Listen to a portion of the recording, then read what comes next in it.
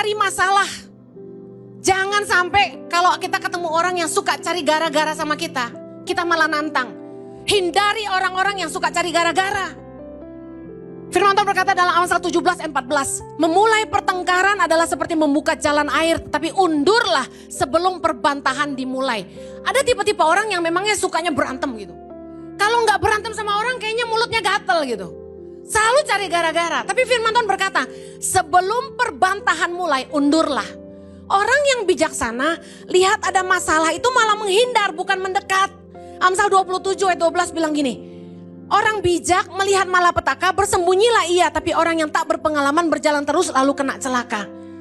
Kalau kita ketemu orang yang memang sukanya cari gara-gara, jangan dideketin. Orang yang suka bikin masalah, dia hobi berantem sama orang. Tapi firman Tuhan berkata bahwa attitude yang tidak terhormat adalah suka bertengkar. Hindari pembuat masalah, troublemaker. Karena orang yang suka bertengkar, kata firman Tuhan, itu suka kepada pelanggaran. Apalagi yang kita harus lakukan untuk menghindari pertengkaran. 2 Timotius 2 ayat 23 sampai 26. Dikatakan gini, hindarilah soal-soal yang dicari-cari, yang bodoh dan tidak layak. Engkau tahu bahwa soal-soal itu menimbulkan pertengkaran. Yang paling bahaya nih gini, perempuan kalau udah ngumpul sama perempuan, yang di ngomongin 15 menit pertama masih apa kabar. Setengah jam kemudian anak lu gimana, suami lu gimana. 45 menit kemudian pembahasan mulai kurang berkualitas. Kita order makan aja ya. 1 jam kemudian udah mulai ngomongin si A. 1,5 jam kemudian mulai ngomongin si B. Dan akhirnya ngomong yang gak penting-penting. Kenapa perempuan yang paling sering bertengkar? Menurut saya karena apa? Karena banyak bicara. Karena firman Tuhan berkata banyak bicara banyak pelanggaran. Kalau kita gak mau bertengkar, jangan suka bahas yang gak penting. Hal-hal yang dicari-cari, yang bodoh, yang gak layak. Jadi kalau ada orang ngajak Anda ngomong, hal-hal yang untuk Anda, ini nih gak penting banget nih. Ini ujung-ujungnya pasti berantem. Udah, cut. Makanya saya gak pernah bisa ngumpul sama mama-mama, karena gak tahan dengerin obrolannya. Saya berdoa agar jemaat ICI kalau ngumpul ngomongannya berkualitas. Ngomong yang penting-penting. Begitu kita ngomong yang gak penting, ya Bu, kan ngabisin 10.000 kata. Saya mau kasih tahu, Anda senang bicara? Mari belajar konseling. Kenapa? Ketika kita konselingin orang, kita harus banyak ngomong. Atau Anda belajar jadi sales. Karena ketika Anda jualan, Anda harus banyak ngomong. Paling tidak 2 hal ini berguna. Kalau banyak ngomong yang keluar kosong semua buat apa?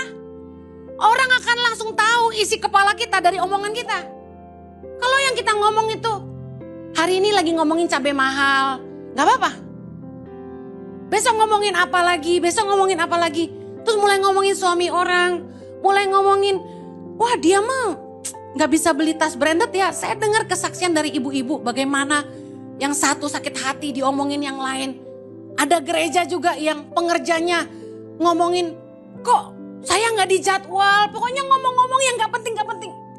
Saya sampai bilang, ya apa gak ada yang penting yang bisa diomongin.